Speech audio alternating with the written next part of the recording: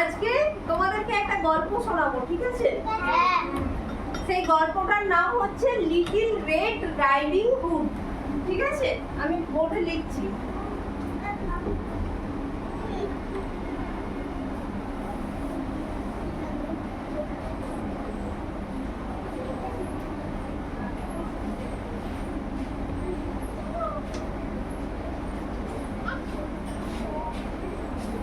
গল্পটার নাম হচ্ছে লিটল রেড রাইডিং হুড।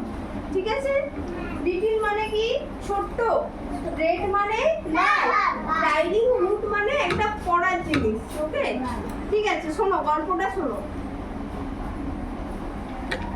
শোনো, একটা একটা জায়গায়, একটা শহরে একটা মেয়ে ছিল, বাচ্চা মেয়ে। ঠিক আছে, তার নাম ছিল রাইডিং হুড। সে মেয়েটাকে সবাই রেড রাইডিং হুড বলে ডাকতো, কারণ সে একটা রেড কালারের চাদর আর টুপি সবসময় পরে বেড়াতো, মাঝে মধ্যেই পরে উঠতো। সেই জন্য গ্রামের আশপাশের লোক তাকে রেড রাইডিং হুড বলে ডাকতো। একদিন তার মা তাকে বললো তার দিদার সাথে দেখা করতে যেতে। তার দিদা থাকতো একটা জঙ্গলে। ঠিক আছে, সেই জঙ্গলে দিদার সাথে দেখা করতে যাওয়ার জন্য তার মা বললো, আর সাথে তাকে কিছু কেকস, কুকিজ এগুলো দিদার জন্য পাঠালো। বুঝতে পেরেছো? তোমরা কে কে দিদার সাথে দেখা করতে যাও তো? ঠিক আছে, ঠিক আছে, হাত নামিয়ে দাও।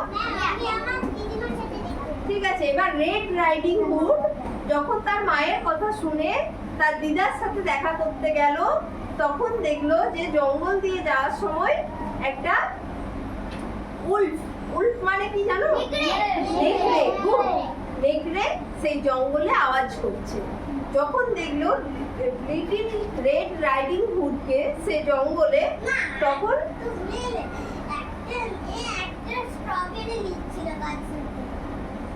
কেন তুমি আমার হয়ে বলে দিতে পারবে?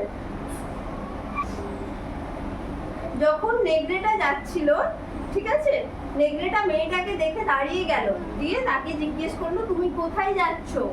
তখন সে বলল আমি আমার দিদিমার সাথে দেখা করতে যাচ্ছি। সে এই জঙ্গলেই দুটো গাছের পেছন দিকে একটা ঘরে থাকে।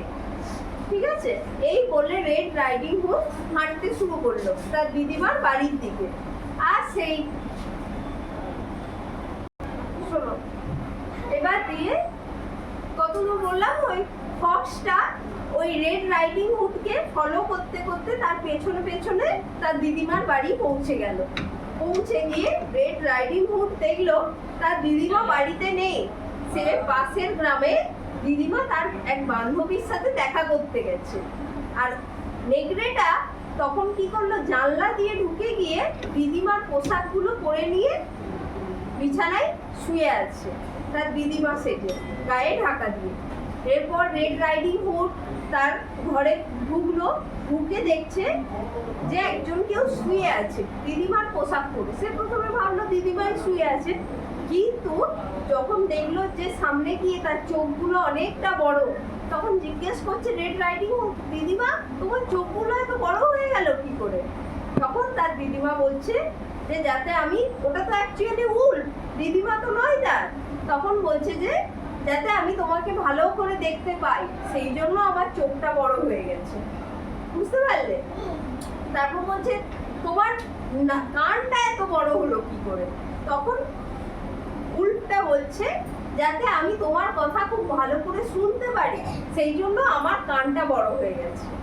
তারপরে যখন বলছে তোমার দাঁতগুলো এত বড় হয়ে গেল কি করে, তখন উল্টা ঝাঁপিয়ে এসে বিছানা থেকে উঠে এসে বলছে যাতে আমি তোমাকে খেতে পারি। বুঝতে পারলে? মানে রেড রাইডিং হুডটাকে চিতাবাঘটা খেতে চাইছে, নেকড়েটা সরি খেতে চাইছে। তখন রেড রাইডিং হুডকে বেঁধে খাওয়ার জোগাড়ের জন্য বলছে তোমাকে তো এবার রান্না করে খেতে হবে রেড রাইডিং হুডকে। ওটা তো একটা নেকড়ে, নেকড়ে তো মানুষ খায়, তাই তো? সেই জন্য রেড রাইডিং হুডকে বেঁধে রাখলো। বেঁধে রেখে আগুনের জোগাড় করার জন্য কাঠ আনতে গেল বনে। সেই সময় রেড রাইডিং হুড খুব জোরে চিৎকার করছিল। বনে একটা কুঠুরি ছিল যে কাঠ কাটছিল। ঠিক আছে, তার সাথে রেড রাইডিং হুডের মাঝে মধ্যে দেখা হতো। দিয়ে তারপরে শোনো, দিয়ে ওকে বেঁধে রেখে সে কাঠের জোগাড় করতে গেল নেকড়েটা।